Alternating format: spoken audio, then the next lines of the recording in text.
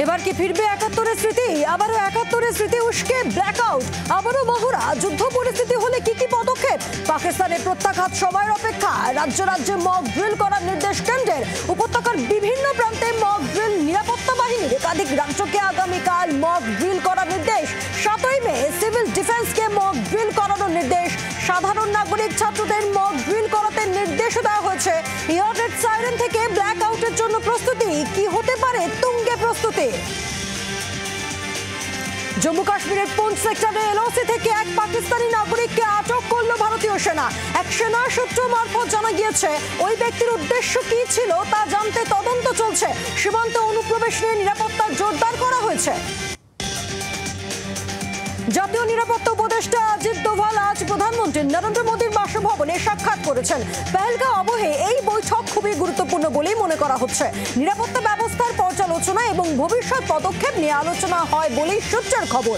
কাশ্মীরের পেহেলগাঁও এলাকায় সম্ভাব্য নিরাপত্তা হুমকি এবং তা মোকাবিলায় কৌশল নির্ধারণে এই বৈঠককে গুরুত্বপূর্ণ বলেই মনে করা হচ্ছে। পাকিস্তানের প্রত্যাঘাত সময়ের অপেক্ষা। দিল্লিতে বৈঠকে কেন্দ্রীয় স্বরাষ্ট্র সচিব। দেশের ২৪৪টি জেলায় সিভিল ডিফেন্সের প্রস্তুতি। বৈঠকে যোগ সারা দেশের মুখ্য সচিবদের।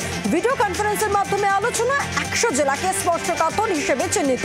২৫৪টি লোকেশন বিশেষ স্পর্শকাতর হিসেবে চিহ্নিত। ২৫৪টি লোকেশনে সবার আগে মক ড্রিল করা হবে। শহরগুলিকে ৩টি ক্যাটাগরিতে ভাগ করা হয়েছে। পাকিস্তানের লাগবে শক, জল স্ট্রাইক ভারতে। বাগলিহাট জলবিদ্যুৎ প্রকল্পের সমস্ত গেট বন্ধ। সাল্লাল বাঁধেরও সব গেট বন্ধ করে দেওয়া হয়েছে। জলে মারবে ভারত, শুকিয়ে মরবে পাকিস্তান। সিন্ধু জলবন্টন চুক্তি স্থগিতের পর দিশেহারা। রাওয়ালপিন্ডি ইসলামাবাদে ভূগর্ভস্থ জলস্তর নামছে।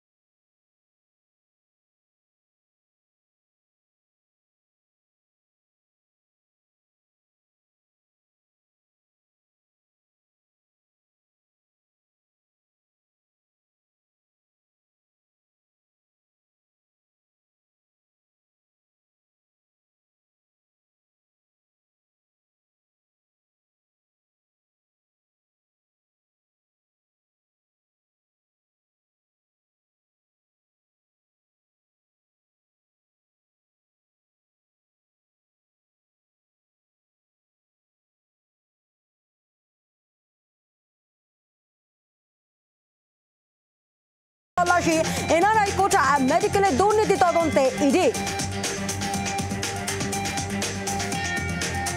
পূর্ব বর্ধমানের ভাতারে উদ্ধার জার ভর্তি বোমা। নিষ্ক্রিয় করল সিআইডি বোম স্কোয়াড।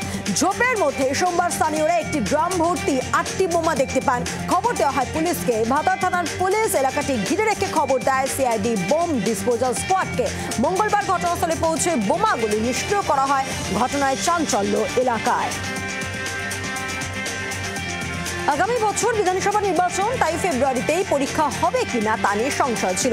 তবে সব দিক বিবেচনা করে ২৬-এর পরীক্ষা এক সপ্তাহ এগিয়ে আনা হলো। এবছর পরীক্ষা শুরু হয়েছিল ১০ই ফেব্রুয়ারি, পরের বছর শুরু হবে ২রা ফেব্রুয়ারি। মাধ্যমিক পরীক্ষা শুরু হবে ২রা ফেব্রুয়ারি থেকে। ঐচ্ছিক বিষয়সহ সমস্ত বিষয়ের পরীক্ষা শেষ হবে ১২ই ফেব্রুয়ারি।